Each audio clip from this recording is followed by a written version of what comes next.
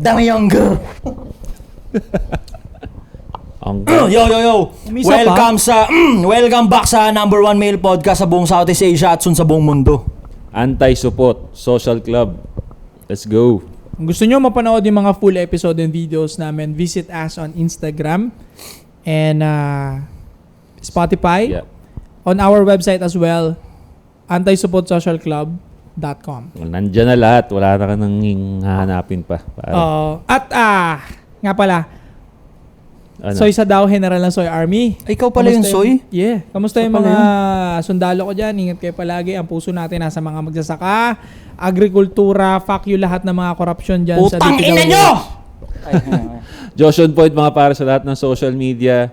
Wala tayong kalaban. Pwede lang yung mga puki ng inang white knight na yan, hype na yan. Putang ina nyo ulit! Lahat kayo siguro, payag ako pre. Lahat. 10v1 boxing. Lahat sila sabay-sabay. Lahat ng white knight. Oo, lahat ng white knight. Feeling ko wala eh. Panalo pa rin ako dyan sa mga hayop na yun. Sabay-sabay na kayo. Hindi, joke lang. Sige na. Sabi nga ni Suya, 20 daw siya. Doon daw siya kay White Knight pupusta eh. Matuloy lang daw. Matuloy 20 ako, kaya matuloy lang. Shoutout kay Zoya. Ato, Class S, supremo ng mga lihitimong Class S na pangit. Pag nakita mo yung kapitbahay mo or kababata mo na pangit na biglang taas yung confidence, tapos biglang nagkaroon ng tira sa buhay, alam mo na kung bakit. Contractor yun. Napanood ka nun. Contractor hindi, napanood ako nun. Kala ko, contractor.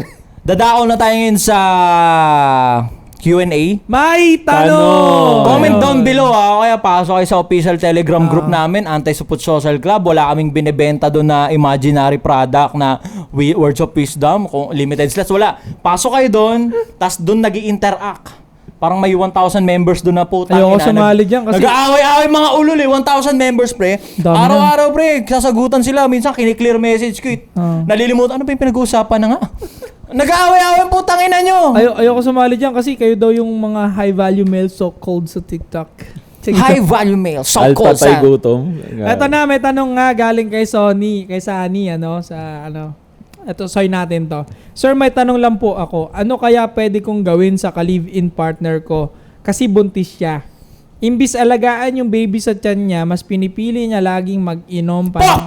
Mag-inom pa, easy. Diba? Mas pinipili niya laging Easy, mag-inom pa ng alak. Ano kaya pwede kong gawin, Soy? Tanong lang po, sana mapansin po. Galing kay Sunny Pedragosa. Buntis? Nagiinom?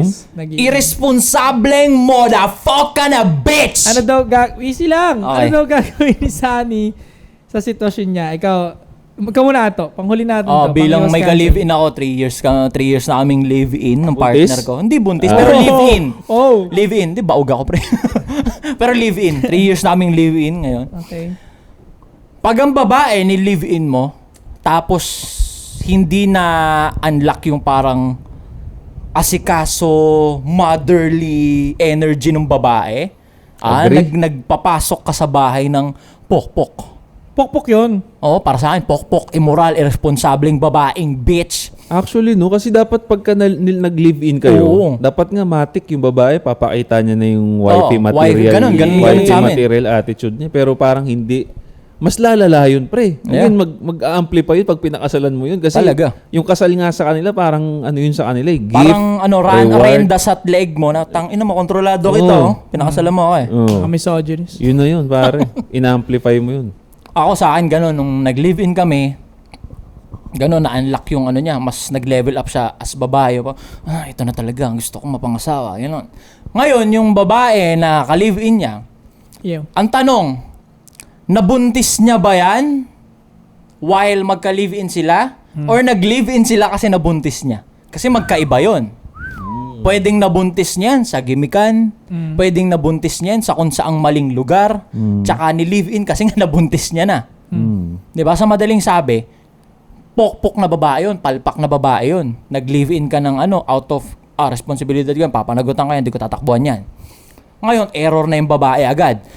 Pero kung nabuntis mo yan while live-in kayo, tas ganyan siya, inom-inom, walang pinag-iba. Pokpok at immoral at irresponsible yung babae pa rin siya. Ngayon, kung anong gagawin mo, I suggest dun ka sa mas kontrolado mo.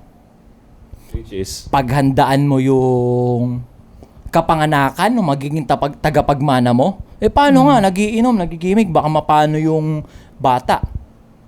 Labas ka na dun. kasalanan ng babae yun. Basta ikaw, bilang lalaki, habang nasa sinapupunan yung bata, pinapalupit mo yung sarili mo kasi paghahandaan mo yung kapanganakan nun, ginagawa mo yung part mo bilang lalaki. Hindi naman kasi pwedeng, uy, wag ka nagagaganyan, mapano yung anak natin? Mapapagod ka lang nun. Kasi hindi mo madidiktahan yun. Kasi nga, yung dagang kanal, kahit anong mangyari dyan, dagang kanal is dagang kanal, kahit ipasok mo sa 5-star na hotel yan, dagang kanal yan. Ganun sa tingin ko yung na-live-in niyang babae or nabuntis niyang babae, dagang kanal. So, Nabuntis na't lahat, nilive-in na't lahat, dagang kanal pa rin. ganun klaseng babae yun. But, ano yung pinaka-the best niyang gagawin? Kasi nandun na siya nasa sitwasyon na siya na dun Compose mo yung sarili mo, inhale, exhale, mag-meditate ka, maigi, para makompose mo ng ayos yung sarili mo, tas mag-focus ka dun sa mga kontrolado mo. Ano ba yun? Pagpapapera, pagpapalupit, maging malupit na tatay, kung sakaling mabuo yun. Kasi may chance na hindi. Kasi nga, tangina nung nanay Diba? So, focus ka sa sarili mo. Diba? Tapos, pag yung nanay, humihingi sa'yo ng ng pera, ang ibibigay mo lang, kung pambili ng iniinom para sa healthy na hindi parang yung allowance. Allowance? Hindi ganun. Bibigyan mo ng o kaya ikaw samahan mo, mamili kayo ng mga vitamins or pampacheck up, sasamahan mo bilang ikaw yung lalaki. Hindi mo na pupukusan yung wrongdoings niya na mag-inom kung mag-inom. Paano? May nakita ko, nakikipaglaplapan pa. Wala na yun. Ibig sabihin, tablado na sa'yo yun. Hindi na siya pangkasalan. Ang mas routing ka na lang dun sa magiging tagapagmana mo nga, nalaman ng sinapupunan niya na kung sakaling mabuo yun, may anak ka. Hindi mo papakasalan Hindi niya yung pwedeng putang ina mo. takasan kasi yun, responsibility. Yeah. Tama. Ikaw, Josh? Ako pare, lagi kong sinasabi talaga sa mga, sa akin, sa personal YouTube ko, importante sa akin yung consequences talaga, pare. Pagka hindi madaan sa usapan, ito ang first solution kaagad tayo, no? Pagsabihan mo muna. Okay? Yeah. Sabihin mo na, meron kang batang dinadala dyan, di ba? Sabihin na natin, andun na yung pagiging irresponsable niya, pero kailangan mo pa rin pagsabihan yun. Sabihin mo na, ganito, meron kang sinapupunan dyan, yung iniinom mo na alak na yan, merong epekto yan sa bata. Mamaya lumabas yan ng may sakit or what. No? Kaya ito, pagsasabihan kita, itigil mo yan. Okay? Pag hindi pa rin niya ginawa pare yung One time lang. One time. I suggest one time niya lang gagawin yan. Pero masinsinan yun, pre. Yeah. Wala dapat tropa, kayong dalawa lang dapat talaga. Walang nun. galit, maayos na tone, maayos na atmosphere nung senaryo. Actually, ganun. Exactly, ganun ang gagawin ko. Pero, again, ito na ang consequences. Pag ginawa niya pa rin uminom, pare, pauwiin mo na. Pauwiin mo na. Kung ikaw ang nasa lugar, kung bahay mo yan, pinag-i-stayan ninyo, ikaw nagbabayad niya 100%, pauwiin mo sa kanila. Pag hindi ikaw, bahay niya, ikaw ang umalis. Pagka nakita ka as irresponsableng tatay, kausapin mo yung magulang. Kasi ginawa mo na yung part mo. Yung importante kasi gawin nating lalaki yung part natin para wala tayong masabi, wala kang guilt. Ginawa mo lahat eh. Wala kang kung ano mang ano. Sabihin mo sa magulang, sabihin mo, tito, tita, ginawa ko na po yung part ko. Ilang beses ko pinagsabihan yung anak ninyo na tumigil ng pag-iinom pero hindi ako sinunod. Sino ba ang magkakaroon ng responsibilidad pag lumabas na may sakit yan? Ako. Ngayon, ayaw sumunod po ng anak ninyo, kayo na po bahala dyan. Babalik ko sa inyo yan. I think, dagdag ko pa doon, parang ang laki ng chance, palagay ko hindi na makikinig sa sinasabi niya Yun nga eh. Kasi nga, malaking pambabastos na yung ginagawa nun. Kumbaga, legasiya ko yung nasa tiyan mo, tapos ginaganon-ganon mo lang. Isang malaking factor, isang malaking salamin nyo na wala talagang respeto yung babae sa'yo in the first place. Kaya yung legasiya mo, wala din siyang pakialam doon. Wala. Kasi kung talagang sobrang tinik mo at sobrang lupit ng tingin ng babae sa'yo, hindi niya gaganunin yung legasiya mo, yung offspring mo. Aalagaan niya rin yun. Kasi ikaw din yun eh. Yeah. Minimi mo yun. Yeah. Totoo. So kung ginaganon-ganon niya lang, first of all, sobrang delikado yung klase ng babae na yan. Dami na eh, no? Dami nag-a-adapt eh. Ano pang ginagawa pag nagiinom to? Lagiyosi yun. Bawal yun sa baka yun. May mga nagiyosi doon. Talaga. Tas, sa gantong topic pre, meron tayong dalawang the shit na pwedeng ibitaw sa kanila, matutunan nila. Unang-una muna yung mga nandun na sa sitwasyon. Pangalawa, yung paano ka hindi mapupunta sa ganong sitwasyon. Okay. Oh. Maganda yung sinabi mo. Doon muna tayo sa nandun na sa sitwasyon na yun. So, yun yung last yung paano sila makakaiwas. Sa ganung Parang, sitwasyon. sige. Ikaw baka may add ka pa? So yun parang hindi, yun yung pinakaano ko consequences, pauwiin mo.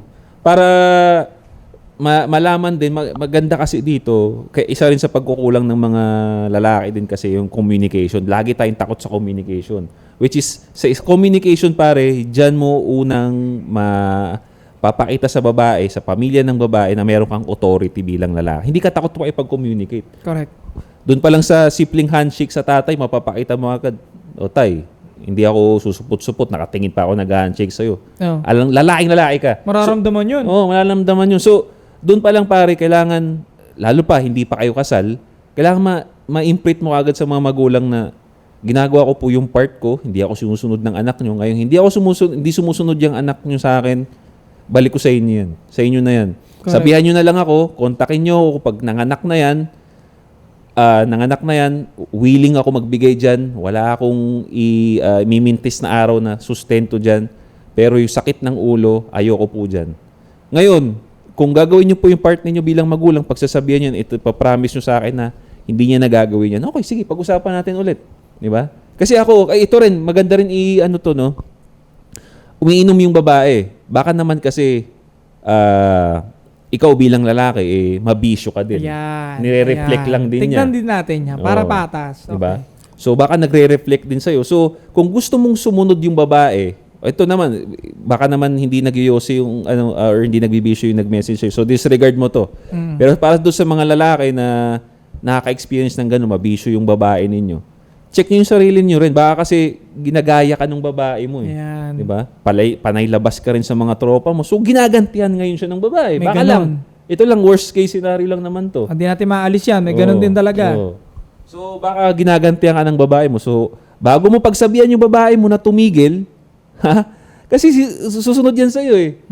Bago mo pagsabihan, check mo muna, baka mamaya ikaw rin, grabe ka rin magbisyo. So, tigilan mo muna kung ikaw nagbibisyo ka lalaki, make sure na wala ka munang bisyo bago mo pagsabihan yung babae mo. Okay? So, yun ang masasabi ko doon parang. Agree naman ako doon. Yung mga nasabi natin, mukhang yun na yung para dun sa mga nandyan na sa ganyang sitwasyon. Oo, okay. Ngayon, para sa mga lalaking nanonood naman, paano sila hindi mag-end up sa ganung sitwasyon? Okay, tama. Go. Ako naman. Go. May singit ko dun sa kanina muna bago tayo tumalon dyan. Last lang yun. Yung mga napupunta sa ganong sitwasyon, para sa akin kasi hindi nila kayang mga real talk ng babae. Number one yan. Kapag hindi mo Communication. kayang mang real talk ng babae, support kang klase ng lalaki. Tama. Alam ko, kailangan yung baguhin yung delivery, rephrase yung tamang words. But at the same time, may mga panahon na kailangan mo siyang rektahin, real talkin. Stop!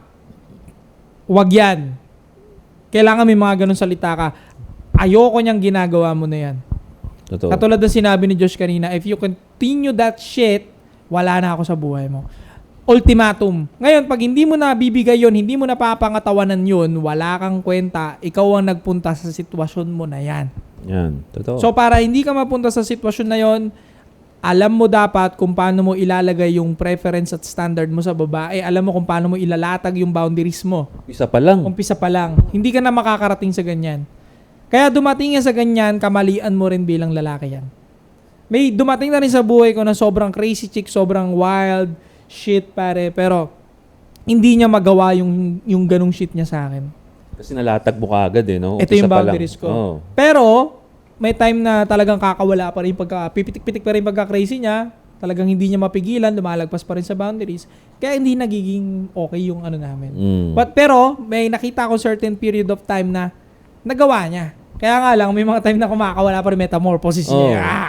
Diba, Ganun naman talaga kasi yung sabi nga nila yung bad habit nga daw, mahirap matanggal. Pero Yes. syempre, dahil lalaki ka nga, ikaw yung dapat order, mapapansin mo yon at ipo-point out mo dapat yun. Hindi ka Correct. dapat magsasawa, pare. Correct. Pero iba naman yun kasi yun yung mga bad habit. Pero pag disrespect, yun ang dapat wala kang kumbaga, wala kang tamang wala kang No pasensya dapat. negotiation, Oo, no tama yun. negotiation. Wala kang pasensya dapat sa disrespect. Yung mga disrespect, yun ang uwi. Pero yung mga bad habit nga, yan, pagsabihan mo muna. Pinakamalaking pang disrespect yun, pre. Legasiya mo sa loob ng tiyan. Yun. Iinuman ng alak. Damn.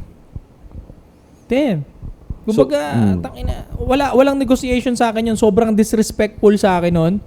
Talagang hiwalay talaga sa akin yun. Wala akong pakialam, may baby kami, kung ganito, ganyan, susustentuhan ko na lang. Pero kasi di mo naman tatakbuhan yung may responsibilidad mo. Pero para sa pilitan kong ilagay yung sarili ko doon, hindi na. No way.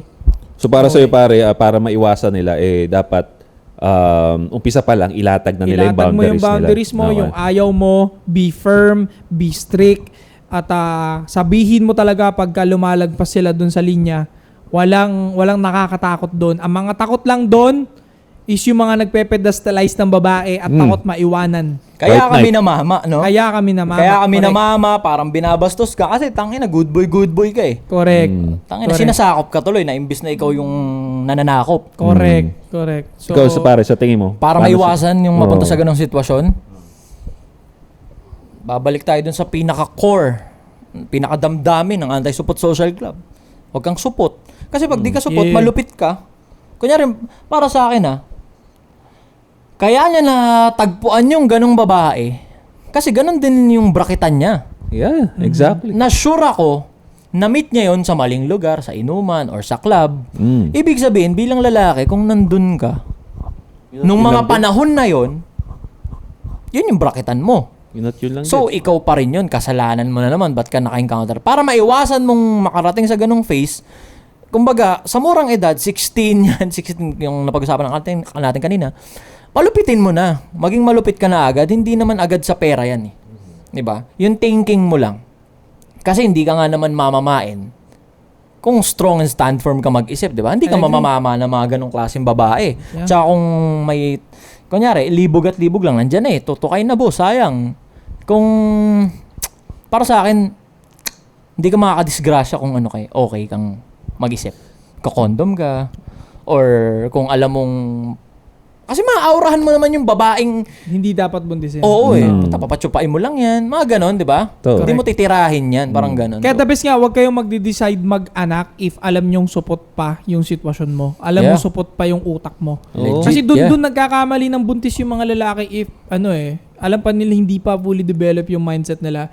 And then, bahala na nga. Pinutok sa loob. Doon ka tapos. Lalo silang mahirapan bumangon, pre. Tapos dun na mag-uumpisa na masisira yung buhay nila kasi nung supot pa at hindi pa hasang-hasa yung utak nila, bumuntis sila. Ngayon kasi pag nakakabuntis yung lalaki, parang nagsiswitch yung utak ng bigla eh. Parang biglang nawawala sa balance yan eh. Once makaano siya, kasi andun yung taranta eh. Totoo yan. Ngayon yung babaeng nabuntis mo, nakita nyo, tanginan to Parang delikado ako dito, hindi ko na pwedeng sandalan to, natataranta eh. Supot ang puta. Yeah. Doon ka na mamamain nung lalaki ngayon. Ay, nung babae. O doon ka na niya mamamain.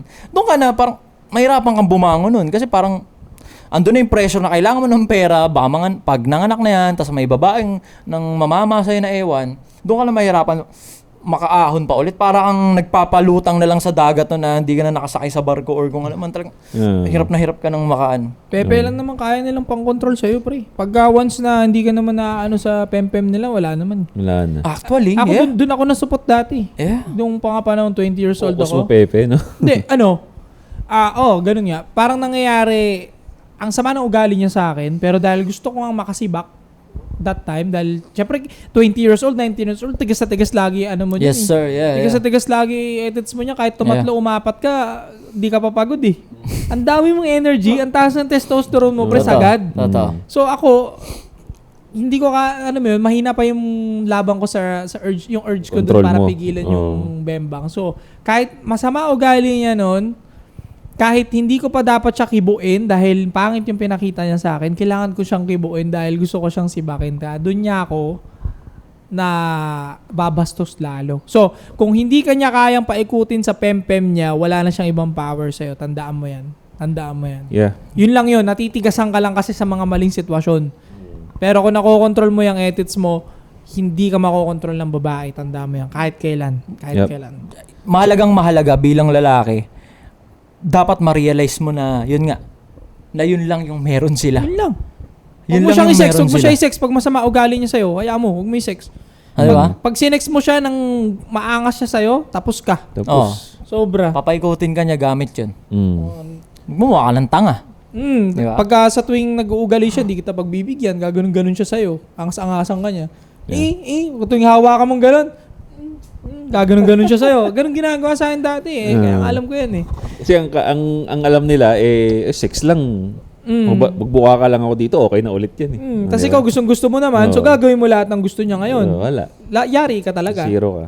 Wala, pem-pem lang kaya nilang pang-control sa'yo. So pag hindi ka niya makontrol sa ganon, di mo siya pedestalize. Mukha man siyang weird pakinggan, pero dapat ma-realize mo na ang babae, ganun sila kabobo, na kaya Sa nilang babae talaga to. na kaya nilang bumukakat, magpakantot at ngumalngal ng puwet nang hindi ka nila mahal. Kasi kung mahal ka nila, di ka naman nila babastusin, di ba?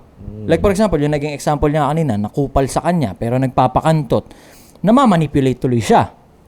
Di ba? Ngayon, bilang lalaki, kung nare-realize mo na ganun na, tanginan to nakakapagpaikot siya gamit yung kipay niya Tapos pag tinignan mo sa 5D, tangina, yun lang yung meron siya pala. Yun lang naman talaga.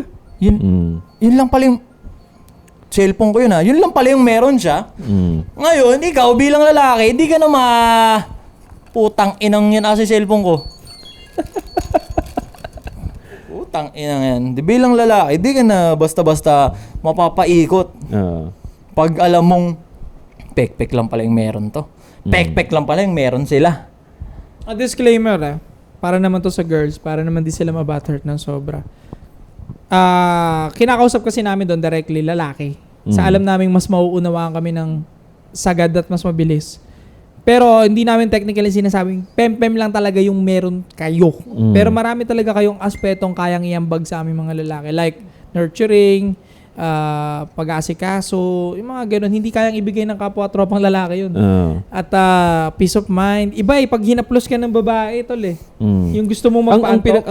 Ang pinag-uusapan lang naman namin dito, yung mga babaeng gagamitin yung power nila para bilugin yung lalaki, like sex nga. Correct, Kung hindi ka naman ganun, alam mo hindi mo ginagamit yung sexuality mo para bilugin yung lalaki, hindi ikaw Hindi to. ikaw yung Hindi ikaw tinutukoy to. naming babae. So another thing para makaiwas dito pare, sabi nga nung tropa palainom nga daw, malamang yan kasi from her roots, talagang palainom na yung babae. So kung ikaw lalaki ka na wala ka namang bisyo, pumili ka rin ng babae na iwas din sa bisyo kasi minsan mabaho rin hininga ng mga yan. So, iwasan mo na pare, no? So, kung hindi ka nagbibisyo, pumili ka ng babaeng hindi nagbibisyo. So, at the same time, para makaiwas ka rin sa ganun, kung nagbibisyo ka man, gusto mo babae hindi gumaya sa'yo, tigilan mo rin yung pagbisyo mo. Correct. Okay? So, ganun lang yan pare. Right? So, kung gusto nyo ng pangalawang tuloy sa buhay, don't forget to subscribe, hit the bell para notify kayo sa mga bago nating videos.